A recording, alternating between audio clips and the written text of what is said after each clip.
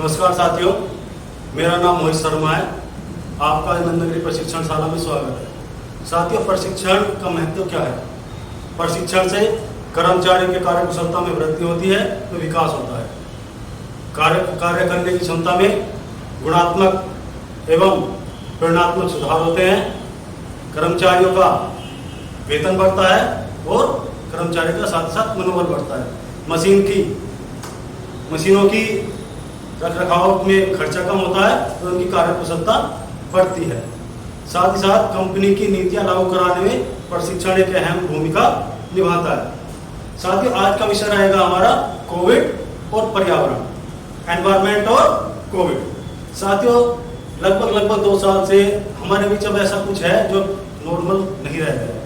हमारे जीवन में मास्क आ गया है, सोशल डिस्टेंसिंग आ गई है, हमारे साथ में अब सैनिटाइजर आ गया है। कुछ भी ऐसा जो पहले नॉर्मल लाइफ थी, अब वो नॉर्मल लाइफ अब हमारे बीच में नहीं रह गई। उसका कारण है साथियों एक अदृश्य वायरस। हमारी जनरेशन ने पहली बार देखा कि अदृश्य वायरस क्या कर सकता है। एक किस तरह से बड़ी बड़ी अर्थव्यवस्थाएं खत्म हो जाती हैं, बड़े बड़े देश घुटनों के बल आ जाते हैं, कि हमारी जनरेशन ने पहली बार देखा। साथ ही साथ हमारी जनरेशन ने एक चीज और देखी, पलायन। इससे पहले पलायन साथियों 1947 में हुआ था, जो हमारी जनरेशन में शायद हम लोगों ने ना देखा। लेकिन पलायन हमारी जनरेशन ने पहली बार देखा कि पलायन होता क्या है। उसका दर्द शायद हमने महसूस नहीं किया। जितने भी साथियों मेट्रो शहर थे, आपका मुंबई का बांद्रा हो या फिर आपका गुजरात का हो, जितने भी आप मेट्रो शहर थे, औद्योगिक शहर थे, सब में कमावेश यही स्थिति पलायन की थी। और साथियों उसमें बहुत ही विचलित करने वाली तस्वीरें थी। उस भीड़ के अंदर छोटे छोटे बच्चे थे, महिलाएं थी, बूढ़े माँ बाप थे।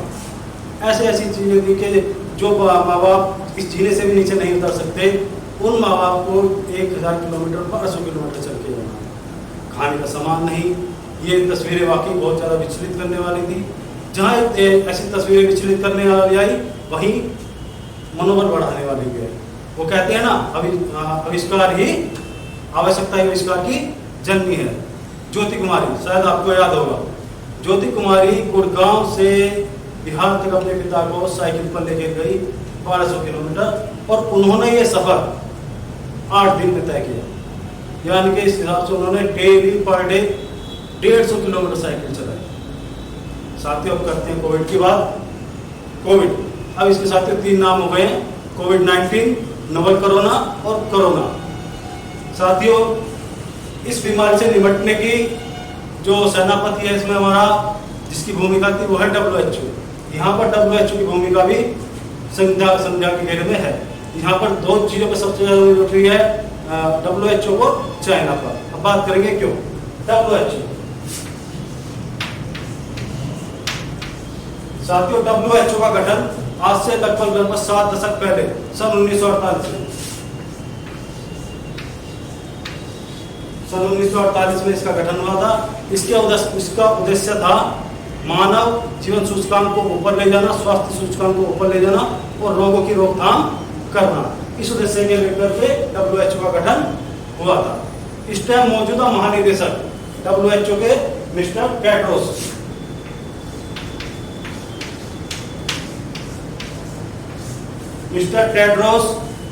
इस टाइम WHO के महानिदेशक हैं, जो कि एक देश है इथियोपिया, वहां से आते हैं। ये इथियोपिया के विदेश मंत्री रहे, इथियोपिया के ही स्वास्थ्य मंत्री भी बने। इनका चयन साथियों 2017 में इनका चयन हुआ। मिस्टर टेड्रोस का पूरा नाम है मिस्टर टेड्रोस घेब्रेयेसस। इनके बारे में एक हास्यास्पद बात और है कि अब तक जितने भी WHO के महानिदेशक बने हैं, उन सभी के पास कोई ना कोई मेडिकल लाइन की फील्ड की डिग्री थी। लेकिन ये मिस्टर टेड्रोस घेब्रेयेसस ऐसे पहले महानिदेशक हैं जिनके पास में मेडिकल लाइन की कोई भी फील्ड की डिग्री नहीं है, लेकिन उसके बावजूद भी ये WHO जैसी संस्था के महानिदेशक बन गए। साथियों, आप इसको ऐसे समझ सकते हैं जैसे कि आप DTC में भर्ती हो रहे हैं, आपके लिए लाइसेंस चाहिए, आपके लिए बैच चाहिए, आपके 12th पास 10th पास चाहिए, आपके 6x6 चाहिए, मेडिकल फिट चाहिए, और आपके पास लाइसेंस ही नहीं, उसके बाद आप DTC में भर्ती हो गए।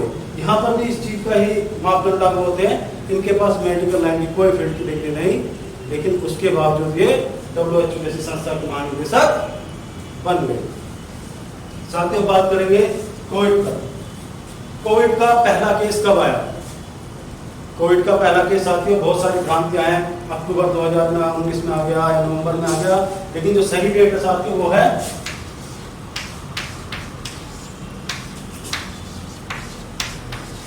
ये आधिकारिक डेट है 31 दिसंबर 2019, जब चाइना ने WHO को बताया कि हमारे यहाँ पर 44, इस संख्या पर ध्यान दीजिएगा साथियों, 44 ऐसे केसेस हैं जो निमोनिया प्लस अज्ञात बीमारी से ग्रसित हैं, जो निमोनिया प्लस अज्ञात बीमारी से ग्रसित हैं। कितने? 44 मतलब ये 44 केस 31 दिसंबर को नहीं आ गए, ये कुछ अक्टूबर में आए, कुछ नवंबर में आए, तब उसका खुलासा नहीं हो पाया, लेकिन 31 दिसंबर ही क्यों? क्योंकि आगे नया साल आ रहा है और जनसंख्या पब्लिक नया साल मनाने के लिए बाहर जा चुकी है, लेकिन उससे पहले हमने बता दिया WHO को, वर्ल्ड को कि हमारे यहाँ पर ऐसे केसेस हैं। उससे पहले हमने बता दिया उससे कुछ होने वाला है नहीं, अब जिसको बाहर निकलना था वो निकल चुके। ये 2019 क्लोज, साथियों 2020 शुरू। 6 जनवरी साथियों 6 जनवरी 2020 ये वो डेट है जब इस वायरस को पहचान लिया गया।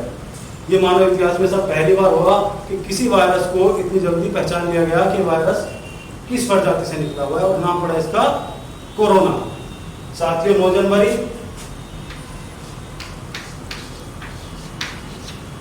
जनवरी ये वो डेट है जब कोरोना से पहली वर्ल्ड के अंदर पहली डेथ 9 जनवरी 2020 को हुई। 20 जनवरी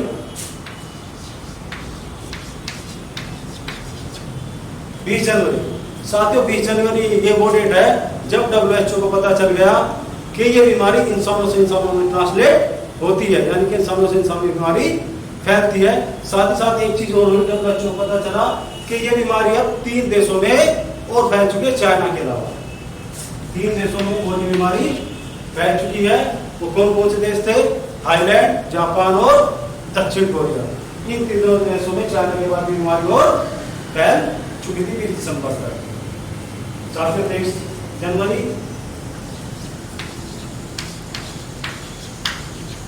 23 जनवरी ये वो डेट है जब पहला लॉकडाउन हमने सुना। चाइना के वुहान प्रांत में पहला लॉकडाउन लगता है 23 जनवरी को, और ये लॉकडाउन होता है साथियों 76 दिन का, 76 डेज का 76 दिन का लॉकडाउन। पहला लॉकडाउन सब सुना हमने 23 जनवरी। 30 जनवरी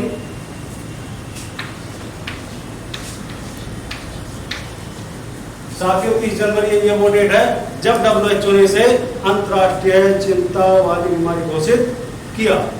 30 जनवरी को, जो कि बहुत पहले कर देना चाहिए था। जो ये पता चल गया था 20 तारीख को ही कि इंसानों में ट्रांसमिट हो रही है बीमारी, तो अंतरराष्ट्रीय चिंता वाली बीमारी नहीं, वैश्विक बीमारी घोषित कर देना चाहिए था। लेकिन यहाँ पर इसमें बहुत WHO की भूमिका बहुत संदिग्ध नजर आती है। अब इसमें एक बड़ा सिद्ध बताता हूँ मैं आपको WHO की भूमिका पे संदेह क्यों जाता है बार। अब गौर दीजिएगा साथियों इस पर। 4 to 8 फरवरी 4 से 8 फरवरी के बीच में WHO की कार्यकारिणी की मीटिंग होती है, और बात कही है पूरी प्लानिंग कही है इसको। ये मीटिंग भी चाइना में होती है, ये पहले से फिक्स था, ये मीटिंग चाइना में होगी 4 से 8 फरवरी के बीच में।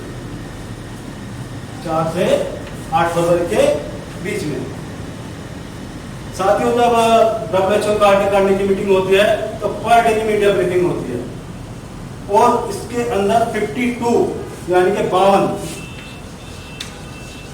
52 ऐसे तथ्य थे जिनके ऊपर WHO को चर्चा करनी है। लेकिन दुर्भाग्य देखिए, जिस चीज को उन्होंने 4 दिन 5 दिन पहले ही अंतरराष्ट्रीय चिंता वाली बीमारी घोषित किया 30 जनवरी को, उसको 52 जगह तक नहीं मिली। यानी कि जो सेनापति है इस लड़ाई में WHO, उसको इस पे चर्चा करने की जरूरत भी महसूस नहीं हुई।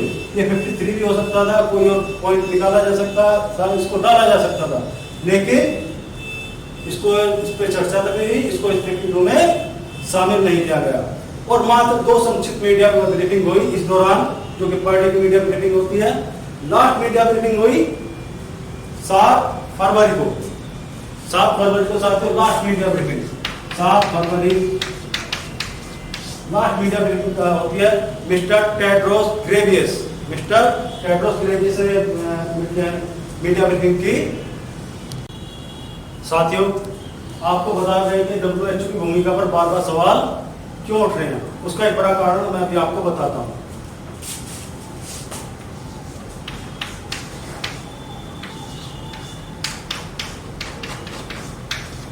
4 से 8 फरवरी के बीच में WHO के कार्यकारिणी की मीटिंग होती है।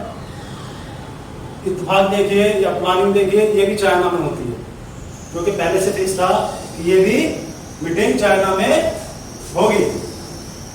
और इसके अंदर 52 यानी कि 52 ऐसे तथ्य थे साथियों जिनके ऊपर WHO को चर्चा करनी है। लेकिन दुर्भाग्य देखिए, जिसको 4 दिन 5 दिन पहले WHO ने 30 तारीख को अंतर्राष्ट्रीय चिंता वाली बीमारी घोषित किया है, उसको 52 में जगह तक नहीं मिली। ये अपने आप में हास्यास्पद है। ये 53 भी हो सकता था या कोई और पॉइंट निकाला जा सकता था जब वर्ल्ड भयानक बीमारी पर पड़ रहा है, लेकिन इसको यहाँ पर जगह भी नहीं मिली। जब WHO कार्यकारिणी मीटिंग होती है तो पर डे की मीडिया ब्रीफिंग होती है, लेकिन यहाँ पर सिर्फ 2 संक्षिप्त मीडिया ब्रीफिंग हुई।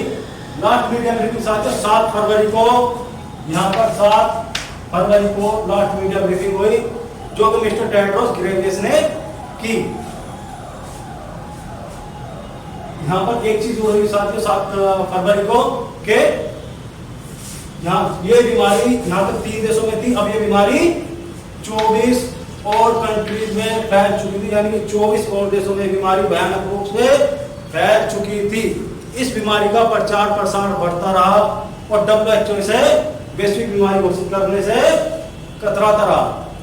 आखिरकार 11 मार्च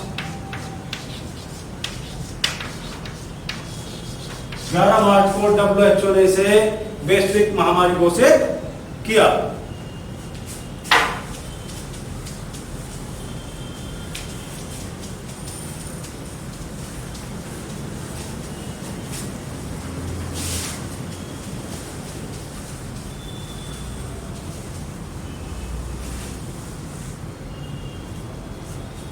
साथियों, अब बात करते हैं चाइना की।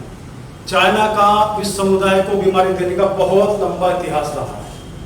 सन 1911 में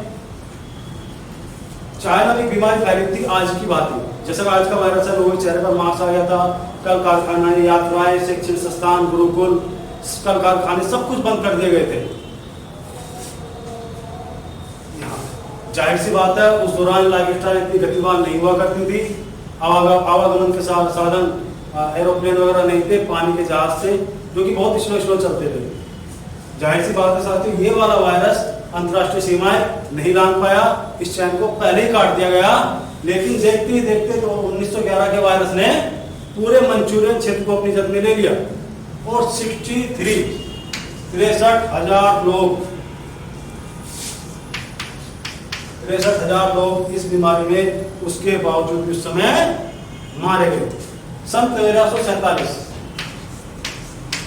साथियों 1347 में चाइना के पानी के जहाज इटली के बंदरगाह पर प्लेग नामक बीमारी लेकर पहुंचे थे और इसमें यूरोप की आधी आबादी स्वाहा खत्म।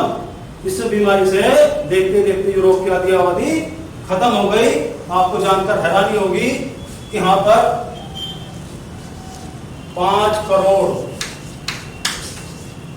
करोड़ लोग इस बीमारी से मारे गए थे। आपको पता है बात कि आज तक का रिपोर्ट कि अब तक कोविड से कितनी डेथ हुई है ऑल ओवर इंडिया या फिर ऑल ओवर वर्ल्ड।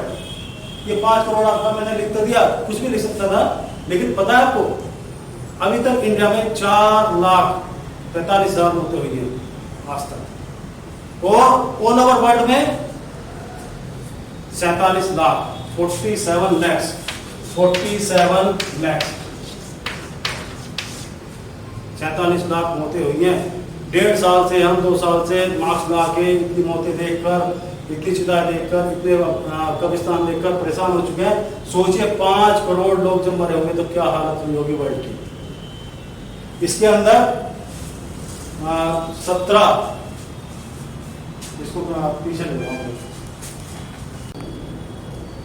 सर। साथियों, इसके बाद आते हैं हम 1347 पर। 1347 में चाइना के पानी के जहाज इटली के बंदरगाह पर प्लेग नामक बीमारी लेकर पहुंचे थे, जिसे देखते ही देखते यूरोप की आधी आबादी खत्म हो गई थी। साथियों, 1918 स्पेनिश फ्लू, ये भी साथियों बहुत भयंकर बीमारी थी। इसमें 5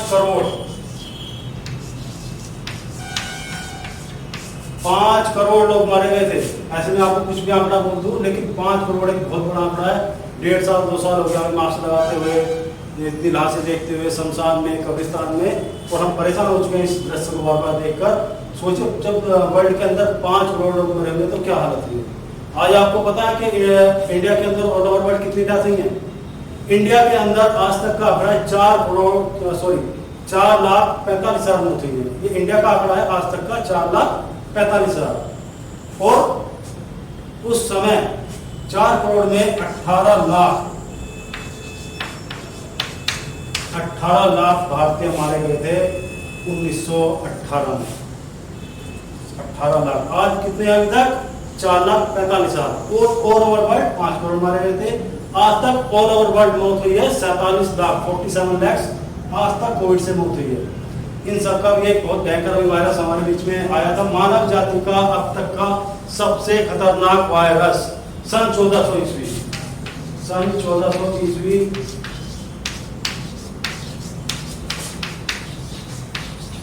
ब्लैक डेथ, काली मृत्यु। साथियों, ब्लैक डेथ इसलिए क्योंकि जो वहाँ फॉरनर अंग्रेजों में फैला, उन्होंने बोल दिया ब्लैक डेथ, हम जैसे लोगों ने बोल दिया इसको काली मृत्यु। टेस्टिंग थी नहीं, अभाव था इन चीजों का, लैब वगैरह, तो काली मृत्यु। आपको पता है उस दौरान कितनी डेथ हुई ऑल ओवर वर्ल्ड में। ये मानव जाति का अब तक का सबसे खतरनाक वायरस। साथियों,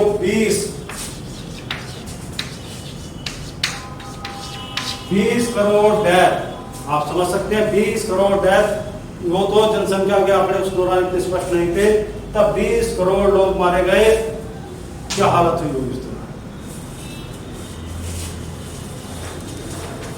साथियों, वायरस का हमारे बीच में आने जाने का बहुत लंबा इतिहास रहा है। कुछ कमजोर वायरस होते हैं जो छोटा नुकसान कर देते हैं, निकल जाते हैं। कुछ बड़े वायरस होते हैं जो बहुत बड़ा नुकसान करते हैं, जैसे कि ये कोविड। बहुत लंबा इतिहास रहा है हमारे बीच में वायरस का आने जाने का, जैसे सार्स, मम, plague, hanta virus, Ebola virus, HIV, बहुत सारी लिस्ट है भी हमारे बीच में जो ऐसे वायरस आ चुके हैं जिनकी पहचान हो गई, और बहुत तो ऐसे रहते हैं जिनकी पहचान भी नहीं हो पाती है। जैसे कि साथियों 1940 को आधार वर्ष मानते हुए अमेरिका और ऑस्ट्रेलिया ने एक स्टडी की है 1940 टू 2020,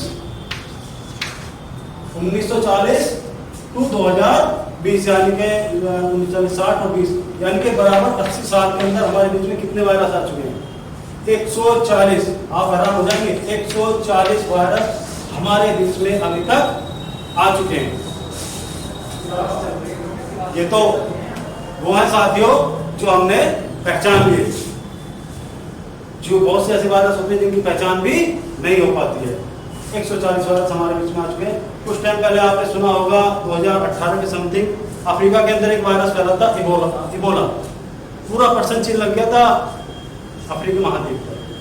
या फिर आपने कुछ टाइम पहले 2018 समथिंग के 18-17 के बीच में आपने सुना होगा बिहार के हॉस्पिटल से खबर आई थी कि नवजात बच्चों की मौतें हो रही हैं हॉस्पिटल्स के अंदर। वो क्या था? किसी ने बोला उसको चमकी बुखार, किसी ने बोला जापानी बुखार, किसी ने बोला दिमागी बुखार। लेकिन क्या था? वो साथियों एक वायरस था जो छोटी सी जगह पर पनपा।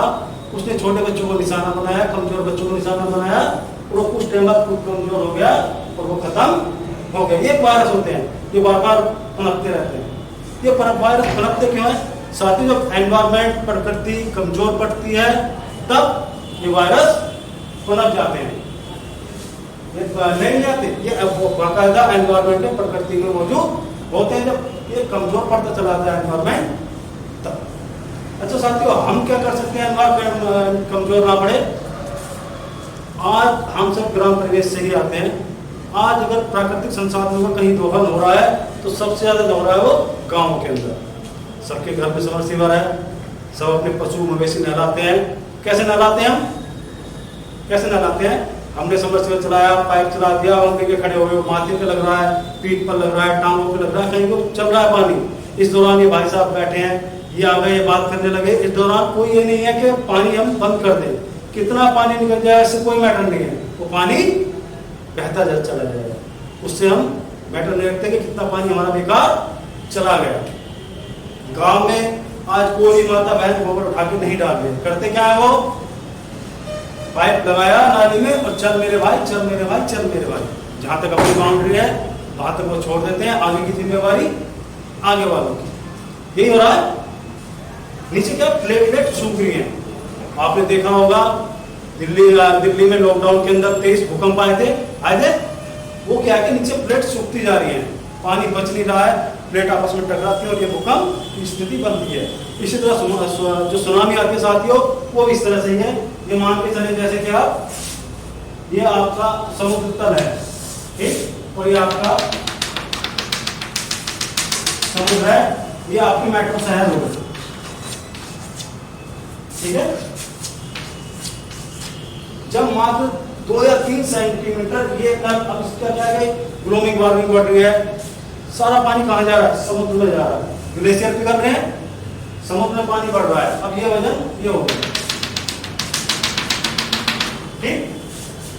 अब भाई आप 20 किलो आटा घर पे पिसवाने लेके जाएं और आपके ऊपर 10 किलो रख दे तो क्या वजन आपके ऊपर आएगा ना? उसी तरह से सारा वेट इसके ऊपर आ रहा है। जब ये मात्र 2 या 3 सेंटीमीटर इस तरफ खिसकेगा तो करोड़ों गैलन पानी इस तरफ आएगा, ये मूव करेगा और ये सुनामी का रूप लेता है साथियों। सुनामी आती है, भूकंप बता दिया मैंने आपको इसके परिणाम में, अब ये सुनामी आती है। इसके बहुत भयंकर परिणाम साबित होते हैं।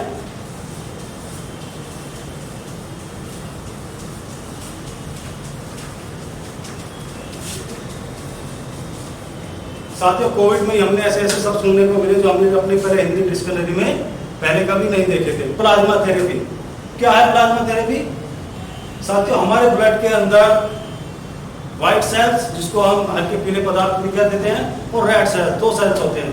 ये जो पीले वाला हल्का व्हाइट वाला सेल्स है, ये होता है प्लाज्मा, यहाँ से प्राप्त किया जाता है। ये तरल पदार्थ के रूप में हमारे ब्लड के अंदर होते हैं और ये ब्लड का 55 से 60% तक होता है हमारे ब्लड। जब कोरोना संक्रमित व्यक्ति कोरोना को हराकर जब उससे बचकर निकल जाता है तो कुछ समय के लिए उसकी इम्यूनिटी बहुत स्ट्रॉन्ग हो जाती है और वो उस टाइम उससे प्लाज्मा प्राप्त किया जा सकता है और दूसरे जो मरीज है उसको प्लाज्मा चढ़ाया जा सकता है। एक शब्द आया था साथियों, hard immunity. Hard immunity develop होना क्या है साथियों? हार्ड इम्यूनिटी डेवलप होना मतलब है कि जब किसी वायरस की जल्दी से कोई वैक्सीन दवाई नहीं बन पाती है तो भविष्य के लोगों को बचाने के लिए मौजूदा लोगों में उस वायरस को छोड़ दिया जाता है और जिस तरह से वो बॉडी में से बराबर से निकलता एंटी हार्ड इम्यूनिटी डेवलप हो जाती है। एक शब्द आया था साथियों, सीरो सर्वे। सीरो सर्वे क्या है? सीरो सर्वे का मतलब है साथियों कि एक मौजूदा जगह पर मौजूदा लोगों में, तय लोगों में सभी वर्ग के लोगों का ब्लड सैंपल लिया जाता है और उसमें ब्लड से पता किया जाता है कि यहाँ पर कितने लोगों में वायरस हुआ तो वो खुद ब खुद भी ठीक हो गए। ऐसा हुआ ना कि साथियों को कि खांसी बुखार जुकाम ही हो गया, डॉक्टर्स परेशान है इसकी तेजी को लेकर। ये जो वायरस है लगातार मूव कर रहा है, लगातार इतनी तेजी से फैलता है, इतना इसका गुणा हो रही है कि डॉक्टर इसकी तेजी से परेशान है। मूवमेंट तेजी से कर रहा है, ये कभी बहरूप भी आया है। इसके अभी हम दो लहर देख चुके हैं, इसकी आगे भी लहर कितनी भी आ सकती है। हम तीसरी चौथी लहर की बात कर रहे हैं, लेकिन इसकी हजारों लहर भी आ सकती हैं अगर हमने लापरवाही की तो। साथियों 2015 में जलवायु परिवर्तन समझौता हुआ था। इसको हम पेरिस समझौता के नाम से भी जानते हैं। इस पे 195 देशों की साइन है, 195 देशों के लिए सिग्नेचर किया हुआ है इसके ऊपर जलवायु परिवर्तन में। इसमें क्या लक्ष्य रखा गया था? 2030 तक 2 डिग्री सेल्सियस तापमान में कमी लाना इसका मुख्य लक्ष्य था, और ग्रीन हाउस गैसेस में कमी लाना। ग्रीन हाउस गैसेस जो बहुत भयंकर रूप धारण करती जा रही है साथियों। ग्रीन हाउस गैसेस को सबसे ज्यादा उत्सर्जन मतलब निकालने वाले देश हैं, 4 देश हैं। नंबर 1 चीन, ये हमेशा हर चीज में आगे रहता है। नंबर 2 पर आपका अमेरिका,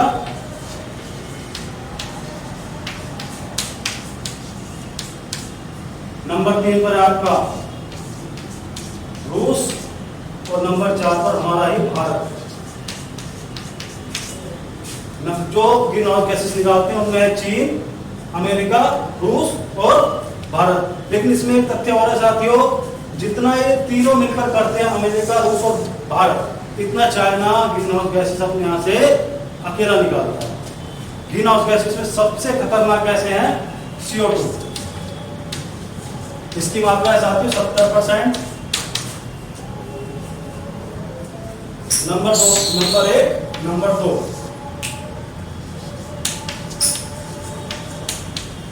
मीथेन है साथियों 14%, और नंबर 3 पर है आपकी नाइट्रोजन,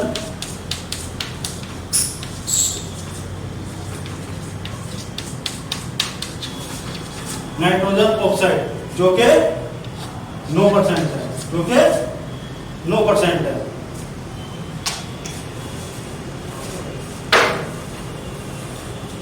साथियों 70% CO2 क्यों? 70% CO2 इसलिए साथियों क्योंकि पहले पेड़ हुआ करते थे, वन हुआ करते थे, अब लगातार पेड़ कटते जा रहे हैं, पॉपुलेशन बढ़ती जा रही है। इससे क्या हो रहा है?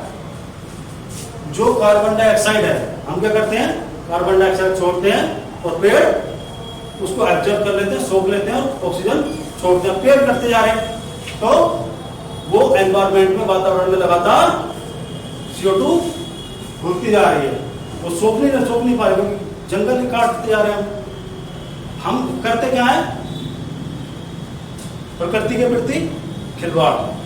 आज हम साथियों के साथ पार्क चले गए, यार दोस्तों के साथ पार्क चले गए, चलते चलते कोई छोटा सा पेड़ है, लात मार दिया, कर देते ना ये काम तो हम बखूबी कर देते हैं। कभी पेड़ लगाया नहीं, पानी दिया नहीं, लेकिन ये काम कर देते हैं। कोई छोटा पेड़ आ गया, चलते चलते आया, पूरी की पूरी टहनी के पत्ते हाथ में कर देते ना ऊपर से, ये काम भी हम बखूबी कर देते हैं।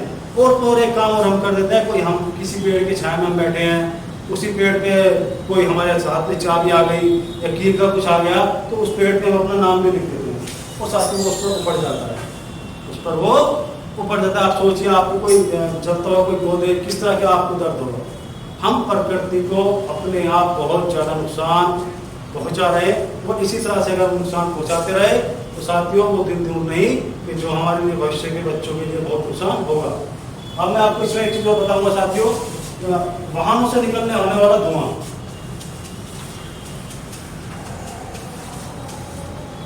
जो पोल्यूशन दिल्ली के अंदर बढ़ रहा है, उसके कितनी भूमिका है वाहनों की? सबसे नंबर 1 पर है वाहन, 41% नंबर 1 पर है वाहन।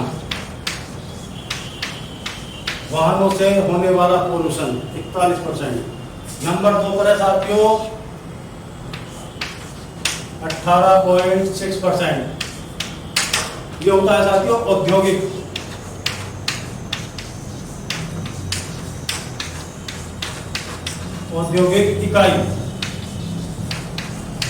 इकाइयों से 18.6%। नंबर 3 पर है साथियों 9.5%। ये होता है साथियों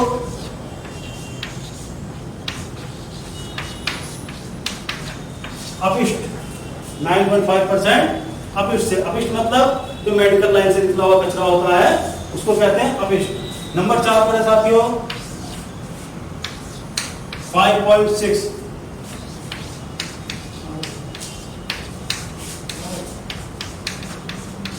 हवाई यात्रा, यानी कि एयर ट्रांसपोर्टेशन से निकलने वाला जो धुआं जो निकलता है उसको वो होता है 5.6। 5वां है साथियों 5%, ये होता है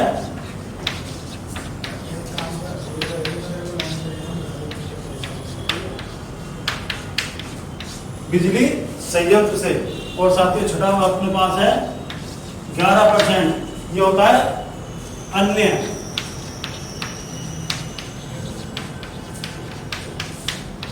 अन्य कारणों से। सबसे ज्यादा नंबर 1 पर दिल्ली के अंदर प्रदूषण 41% वाहनों से हो रहा है। आप इसको समझ सकते हैं। अगर इस चीज में सुधार नहीं किया गया तो साथियों आने वाले टाइम में स्थिति और भी ज्यादा विकराल होती चली जाएगी। साथियों आपने मुझे सुना, इसके लिए आपका बहुत बहुत धन्यवाद।